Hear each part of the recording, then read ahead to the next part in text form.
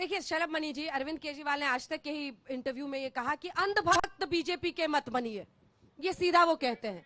वहीं दूसरी तरफ अब देखिए यहाँ जय श्री राम के नारे लग रहे हैं, लेकिन अगर काम पर यकीन है तो फिर 2008 का बाटला एनकाउंटर का जिक्र 2022 के गुजरात चुनाव में सूरत में करने की क्यों जरूरत पड़ रही है? मैं बिल्कुल आपका उत्तर दूंगा। अभय जी बहुत अच्छी इन्होंने शायरी पढ़ी है।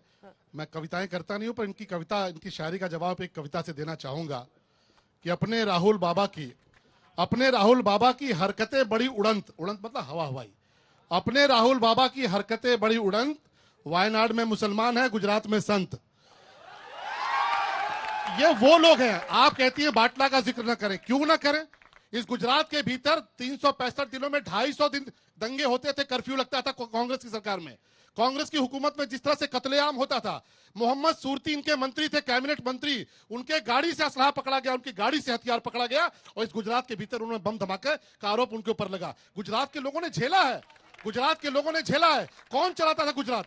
गुजरात को मोहम्मद लतीफ चलाता था, गुजरात को मोहम्मद सोहराबुद्दीन चलाता था, गुजरात को मोहम्मद रऊफ चलाता था।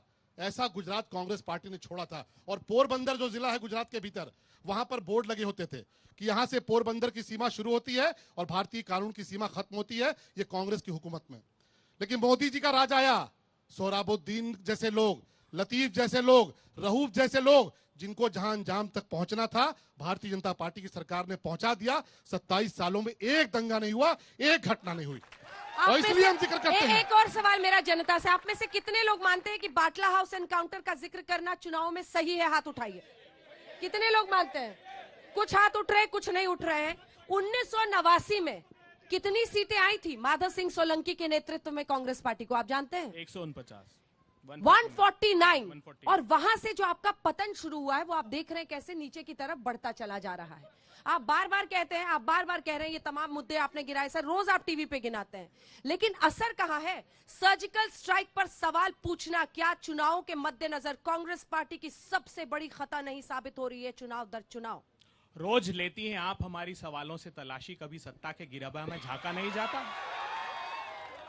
नरेंद्र मोदी जी 2002 में सत्ता में आए, कितनी सीटें मिली? 127, उसके बाद 117, उसके अगले चुनाव में 115, उसके बाद 99। अरे बहुमत से 7 सीट दूर रह गए से। और अब सुन लीजिए, मैं आग्रह करना चाहता हूं गुजरात की जनता से। सुनिए प्लीज, उनकी बात सुनिए, प्लीज सुनिए। देखिए, आप राजनीतिक दल और भारतीय जनता पार्टी में एक समानता है दोस्तों। मैं तो अस्तित्व में ही नहीं मानता, क्योंकि सारी 29 की 29 सीटों पर इनकी जमानत जब्त हुई थी। पिछली बार 29,000 वोट सिर्फ मिले थे इनके।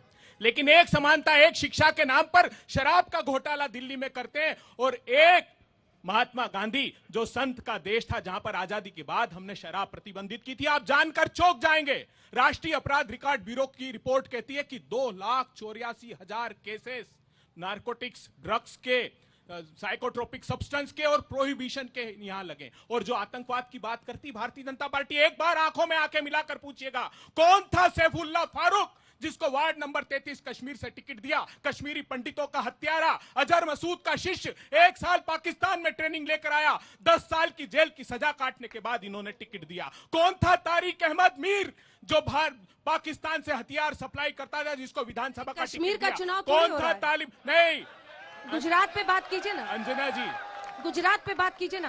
उन्होंने गुजरात के नाम गिनाए, आप गुजरात के नाम गिनाइए। अंजना जी सुनिए, गुजरात के नाम गिनाइए। अंजना जी सुनिए, प्लीज उनकी बात सुनिए। अंजना, गंभीरता से बात करना चाहता हूँ। गुजरात आप आंखों में आंखें डालकर पूछिए, जब ये राजस्थान का मुद्दा उठाते हैं तो किशन भारवाड़ की नृशंसापूर्वक हत्या अहमदाबाद में की गई कि नहीं की गई? 2000 दान पात्र मिले हैं पाकिस्तान के आतंकी संगठन के, क्यों एनआईए से जांच नहीं कराई? क्यों? क्योंकि छवि खराब होने का तो इनका आतंकवाद सिर्फ सत्ता की भूख मिटाने तक सीमित है। मैं विनम्रता से पूछना चाहता हूं, रोजीड के सरपंच ने लिखा था, मोदी जी फरवरी के माह में लिखा कि चप्पे चप्पे पर जहरीली शराब बेची जा रही है, उस पर रोक नहीं लगाई और 50 लोग काल के गाल में समा गए। क्या हुआ मोरबी के पुल में? जय सुख भाई को जय सुखी रहो का आशीष दे दिया, और अंदर किसको कर दिया?